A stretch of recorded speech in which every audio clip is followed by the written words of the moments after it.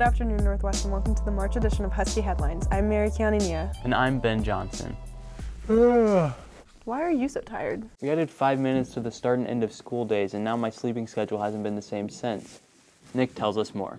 With multiple school cancellations this semester, students and staff struggle to make up the missed time. Teachers and coaches have been most impacted by the inclement weather, with lesson plans and tryouts being pushed back. Everything's pretty flexible weather-wise with golf, except for snow. If there's any snow on the ground, course is closed. We can't just go outside. We got to go to private business facilities. For in-class, when it comes to snow, it's put me behind. You know, I teach regular world history, and I feel like with that, it's okay. We can kind of cut some things out and keep moving. With my AP US history, it's a little bit more problematic. Missing out on classroom lessons hasn't been the only cause for students' concern. Due to the 7 snow days this school year, the early graduation date for the seniors was jeopardized. To avoid postponing graduation, changes have been made in the school schedule. So there's a set number of minutes instituted by the state of Kansas that requires students to go to school. We get in an issue with the number of minutes for seniors specifically because they have a less week of school. So we've had multiple changes in the school schedule coming from either changes in teachers' professional learning days to making those student days, changes in adding 5 minutes to before and after school, to make up some of that time, in addition to what was most recently communicated, having more traditional weeks and not having block days with a late start to be able to capture back some of those minutes. As students in the district struggle to keep up with the extra workload, many wonder whether or not the cancellations were warranted. That's not a building decision as to if we cancel school or not, because we always get the tweets and stuff like, hey, you guys should cancel Blue Valley Northwest. It's a district call, and so there's a community of superintendents that meet to discuss kind of how things are in different areas. Ultimately, it's Dr. White's decision. But you're looking at road conditions, both kind of main travel roads, neighborhood roads, some in our attendance area in the district, on gravel roads. Another big concern is, are our parking lots safe? Are the sidewalks safe? We have students who wait for buses, so if it's -20, is it safe for them to be waiting for a bus? The weather this semester has had a huge impact on both students and staff, but it has made the district more aware of the problems that cancellations can cause and how to best mitigate the circumstances. This is Nick Swiden and Nathan Fortune for Husky Headlines. What are you trying to do? I'm trying to paint like Emily McNally. Nathan gives us the scoop on her unique ability. Ever since she's been able to hold a crayon, junior Emily McNally has formed a love for art and makes it an active part in her life. I started painting, honestly, for as long as I can remember. I love it so much. It's just been a part of my life because my mom is really good at art. She's inspired me a lot. She's really good at painting. There's pictures all over our house of stuff that she's done and I've done. I usually paint kind of abstract. I do this form of painting called drip and pour. You take glue and a type of oil and paint and put it in a cup, and then when you pour it out, it creates a really cool design. And I really love doing that because it's different every single time. You don't know what you're gonna get. It turns out really cool. If I'm out of ideas, I just go to music and then I just paint what I see. And one of my favorite artists, I'll just paint their album and then I'll hang it up and it'll be good. Art is not only something McNally loves to do, but is an activity that brings her closer to the rest of her family. I was a stay-at-home mom for many years, and I enjoyed it, and so I got both Emily and her brother Alex involved, and we would just lay out the table and paint all afternoon. After track practice, I'll just come home and get out all my paint supplies, and I'll just do it all night long, because once you start one, you can't just stop. You have to just keep going because it's just so fun. It's definitely a connecting point, just being able to hang out together and do something that's fun. Every teenager and their parents sometimes doesn't get along that well, but when we paint together, it's fun because we both get to create stuff. I think it's a great creative outlet for her. I've tried to tell her that she has many talents. You can't always get paid for all of your talents, but you can definitely explore them and grow and learn to use them throughout your lifetime. If I didn't paint or do art or photography, I don't think I would be the same person because it makes me who I am. If I had that taken away from me, I just wouldn't have as much fun. Painting is an important part of McNally's life, and she will continue to express herself through creativity and artistic expression. This is Nathan Fortune and Melanie Wilkins for Husky Headlines. Abby and I have this month's edition of Northwest Snapshots.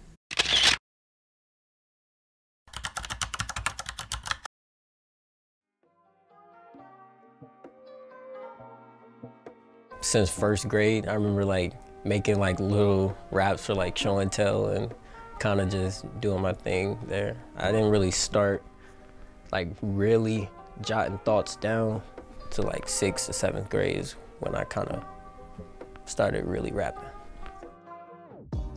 So if I really wanted, I could really be a savage, but you too, cause you too fond to be alone in the cold in the city where it always snows. I was basically talking about my writing. If I really wanted to be a savage and kind of write anything I wanted, I could do that. But I'm also kind of turning it back saying, yeah, I'm dope at writing music, but in your own little way, you know, you're a dope individual. When you're younger, you don't have much to rap about besides, you know, what you see on TV and materialistic things that you have. For me, it's just easier to write it because, you know, I get to release an emotion that I'm feeling versus going out and doing something stupid. Before I figured out that music was a coping way, I was always in trouble, you know, doing stupid things. And then once I found writing, it was a really good way for me to release a lot of my feelings. Oh, you think I'm funny? Girl, I've had a crummy life, but I ain't let it kill me. You turn me sour, that's silly. I'm trying to do better daily and turn these dollars to millies. I've gone through some things in my life that, you know, I faced a lot of adversity that I've constantly pushed through. So that's what I meant by, like, I've had a crummy life, like, done a lot of things that I haven't been too proud of, but I have not let those experiences kill me, you know? And I was kind of just telling her that up front, like, yeah, I've done a lot of stupid things and I've said a lot of stupid things, but I'm gonna leave that in the past. You know, I'm gonna work on the new me today and show you that I have good character. Hopefully, with that being said, you know, understand the lyrics broken down in the song. And now for this month's edition of Senior Profiles. When I was 4 years old, I started playing soccer, and I was really active, so I was in a lot of sports, and soccer was one I just felt like I was pretty decent at and that I enjoyed playing, and I just stuck with it. And when I'm on the field, I feel like all my stress goes away when I'm just playing soccer.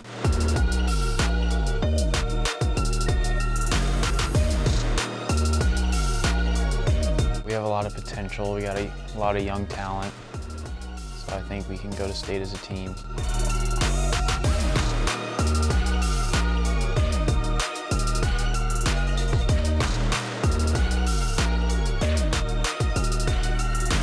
Rachel Lyle, probably because we have a lot in common and we can always talk about stuff.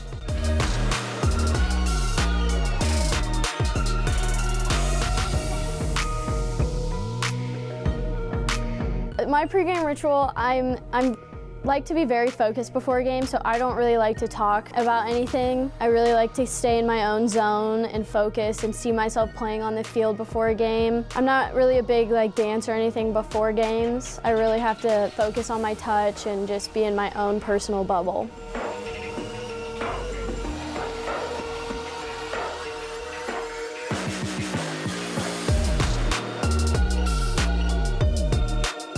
My favorite thing about this year's swim team is we have so many new people and they are so excited to come swim and to work hard and stuff, and I think that we're gonna have a really good team this year just because we have so much young talent and girls that are, you know, freshmen and sophomores, but that are super talented, and I'm super excited to see what the season has in store for us.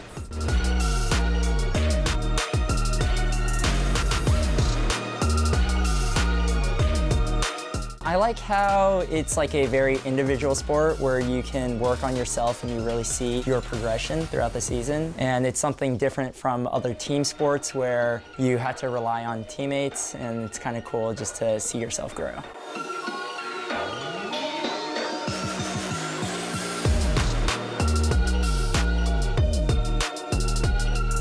Hey, didn't you used to swim? Only 3 years ago. What about you? I don't even think the Kansas Swim Coach of the Year could fix my swim technique. Peter tells us more. For the second straight year, Northwest Swim coach Kyle Farrington has been named Coach of the Year for the state of Kansas following the boys' season. I don't know what it was about swimming that really attracted me, just that you could work really hard, that work would pay off. I always felt better in the water than I did on land and more competent in the water than I did on land. I started coaching swimming when I was in 8th grade. I was the coach of a club team, so I was in charge of the 9 and 10-year-olds. And then I coached up through high school with the same club team. When I got into college, I coached for a couple of different club teams. My first head coaching appointment was as a sophomore in college. I was the head water polo coach at Naperville Central High School in Naperville, Naperville, Illinois, and then I coached swimming in Chicago at the high school level as an assistant coach starting in 2001, and then got the head coaching position here at Northwest 2006-2007 school year for the boys team. And then really it's just kind of been a love affair from there. I mean, I just have always enjoyed being in the pool, coaching other people, seeing them grow in the sport and enjoy the sport. Farrington's love for the sport goes beyond his individual accomplishments as he continues to make an impact on his swimmers' lives. The acknowledgement for Coach of the Year is great, just because it comes from my peers who I respect as coaches. Them suggesting that I'm of their caliber and am one of their colleagues is the thing that means the most. Getting certificates and things like that for winning Coach of the Year is pretty nice and it's pretty showy, but I think really it pales in comparison to the work that I do on a daily basis with kids, the enjoyment that I get out of seeing their growth. He really works with me on like technical aspects of strokes. He is really encouraging and motivating when it comes towards like sets or like difficult sets we do. He's a really fun coach. Like he just knows how to make swimming fun and enjoyable. Favorite thing about Coach Farrington would probably just be his overall enthusiasm. He's got a really good passion for the sport. He's really good at getting people on board with that mindset. He actually got me back into it. I thought I was gonna quit my freshman year because I had been swimming club for year round. He got me back into it, and that's why I stuck with it all through those 4 years. Probably my favorite part about coaching is just watching kids build their confidence throughout the sport. It's a difficult sport and one that can definitely humble you. It's tough training. The payoff really only happens when you get a really good time in a meet, but just to see that confidence that kid has worked really hard to earn something and then has a good payoff at the end, that's really great. The neat part about that is that that confidence is built not so much from my role in it, but just the fact that the kid's working hard, they know that they've earned it and that they deserve that great time. And that's why I think swimming is probably a little bit different than other sports, is just because kids know that it's a direct result of their hard work, not necessarily something magical that a coach or a teammate has done. After a successful season with the boys, Farrington is excited to improve his team and help them grow as individuals. This is Peter Educate and Ryan Blank for Husky Headlines. I really wish I would have tried out for the baseball team before graduation. From what I've heard, you can't even make it to second base without dislocating your knee. Besides, this season has brought a new dynamic to the team. Ryan tells us more. After a second-place finish at the state tournament last season, the Husky baseball team finds itself in a new situation with new head coach Jade Samborski. Samborski replaces Corby Lang, who resigned at the end of last season. I'm from here. This is where home is. Opportunity to come back and be in a school district like Blue Valley was an exciting adventure for me, and got a great opportunity to be here. I knew that the culture here was the right fit for me, because I'm a big culture guy. I'm a big team first guy, play for your teammates. I think it's just going to be having to take over a program that's had a lot of recent success, and then having to develop the younger players to create their own culture and to create their own success. Samborski is coming to the Huskies after spending the last 2 seasons as a hitting coach at Mesa High School in Arizona. In total, Samborski has 21 years of baseball coaching experience, including 8 years as a head coach. Once we had the opportunity to go through the interview process and sat down to really take a long, hard look at the candidates after we'd talked to them, I think the interview committee and I just decided that we felt like that Coach Samborski brought all those things that we wanted to see in our next coach in terms of maintaining that culture, maintaining that atmosphere that had worked so well for us and that our kids seem to appreciate so much. After losing 10 seniors from last year's team, the Huskies are going to have to adjust to having a younger team this year and rely on the returning varsity players to be leaders. I think it'll affect the team a lot. There's going to be some younger players that are going to have to take some leadership roles on the team. I feel like with a lot of younger kids coming up on the varsity team, I'll just have to show them the way and make sure that they're ready to play. The loss of experience is definitely a problem, but what we can do to kind of help ourselves now and later is to help the younger kids develop and have the seniors and juniors be role models of how to do things. They can be leaders by example, leaders by experience too. This is how we go through practice, we go through a weekly preparation, we prepare for a game. So it's leadership that's outside of being the vocal part of leadership. The one good thing is I know there's a solid core group of kids that have been around for a couple years that have had the opportunity to play that will continue to provide some of that leadership. And I think Coach Samborski, based on what I've seen and heard, has done a really good job of continuing to bring along the younger players, the more inexperienced players. Even with the lack of varsity experience on this team, there is a high level of excitement for Coach Samborski's first season. We're process oriented, and it really comes down to focus on what you can control, effort, attitude, how you treat others. And we do that every single day. We'll get at least 1% better every single day. And then when it's time for sub-state to come around, the goal is to be playing our best baseball, and hopefully at the end we'll be where we want to be because we've done it the right way. He knows what he's talking about, out, and he's been a really good coach. So I've been impressed so far, and it's going to be a really good year. The Huskies hope to continue to grow under Coach Samborski with the goal to make it back to state this season. This is Ryan Blank and Nick Sweden for Husky Headlines. Riley and I take you to different places Northwest students went on spring break.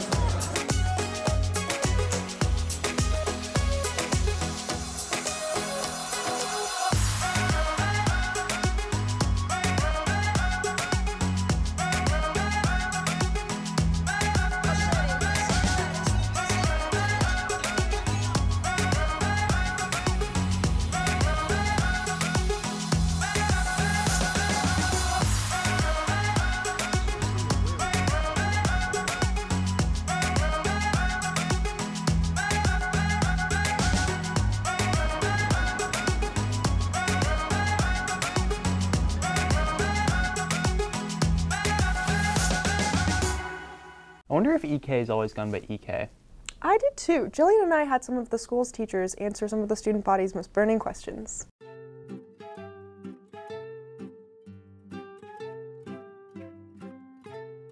I have a Red Hot Chili Peppers symbol on my leg. Is that like a chili pepper? No, it's like a chili pepper except it's a band. So not at all like that. Okay. What does CJ stand for? If I showed you on my license. You couldn't even read it. Sure, Candelario Jesus Jr. Okay, there you go. So why isn't it CJ squared? It should be. What professional jobs have you had? I was an engineer. Okay. For a while. And then I practiced law for a while. Ooh. And then I joined the Navy and I fixed aircraft. We were talking about questions, and one kid asked me, what is the speed of dark? And he was serious. And he was serious. We were talking about theoretical things, and I was just left speechless. Why the black and white uniform? It's not a uniform, it's just so easy in the morning to know what I'm going to wear. I got 10 shirts and 10 pants, and they're ready to go, so I don't have to worry about what I'm going to wear because I know what I'm going to wear. I do wear jeans on Friday because it's Wild Fridays. Nothing says wild like jeans. Yes. Can you rap? Oh, what? I did rap a little bit in high school for a presentation in my English class. What made you want to teach? The money, clearly. Like, right? Isn't that what everybody teaches for? Status, power. prestige? Absolutely. No, I had a lot of amazing teachers. I'm a Blue Valley kid, and I actually wanted to come back to the district that I was a student in and give back. What's your favorite meme? Man! Whoever asked this question knows that I don't even really know what a meme really is. I like that little girl with the pink ponytails that's like... How was your first year at Northwest? Woo! I've got a quarter to go, but with 3 down, I would say it has been fantastic. Do you ever confuse your twins for one another? Yes, more often than I'd like to admit. They do look different to me, although they're identical. But there are some moments when from the side or behind, I'm not sure which one it is, and I just throw a name out and hope it lands. How do you always say so happy? Well, there's chocolate. I mean, I think that's important But to there's anything. not coffee for you. No, no coffee. I like the smell, but I don't drink it. Why would I not be happy when I get to be with people that I like every day?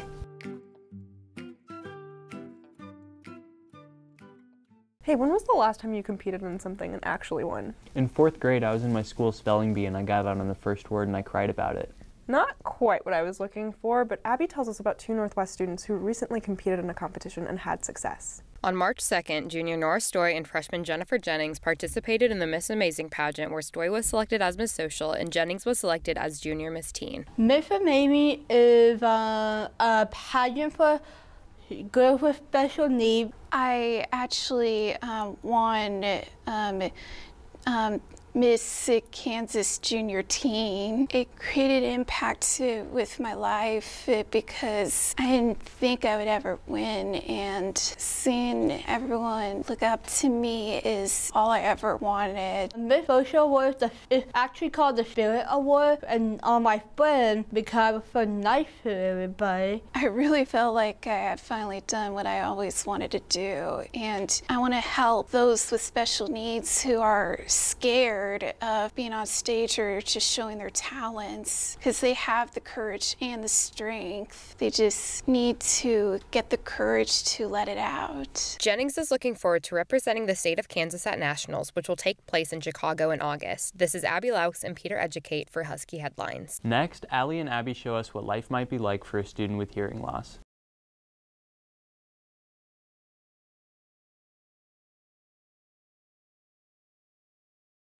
What are you working next? Don't even. Well, I can't work it out. Sorry. Okay, and then I'll see how that's. I'm home 18 days. But they're not home out of it. Like, I'm not. It's not like I'm like gone for like a month at a time. Like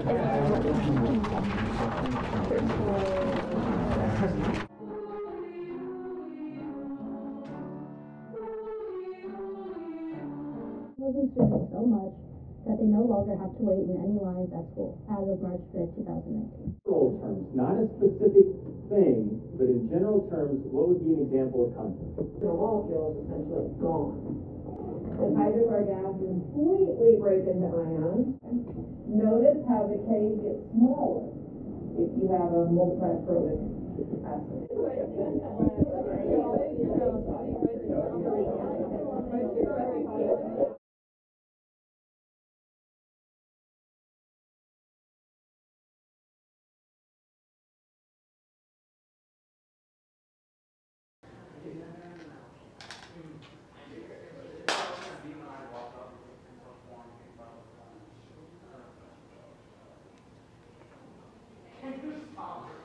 Oh my gosh, that's so nice.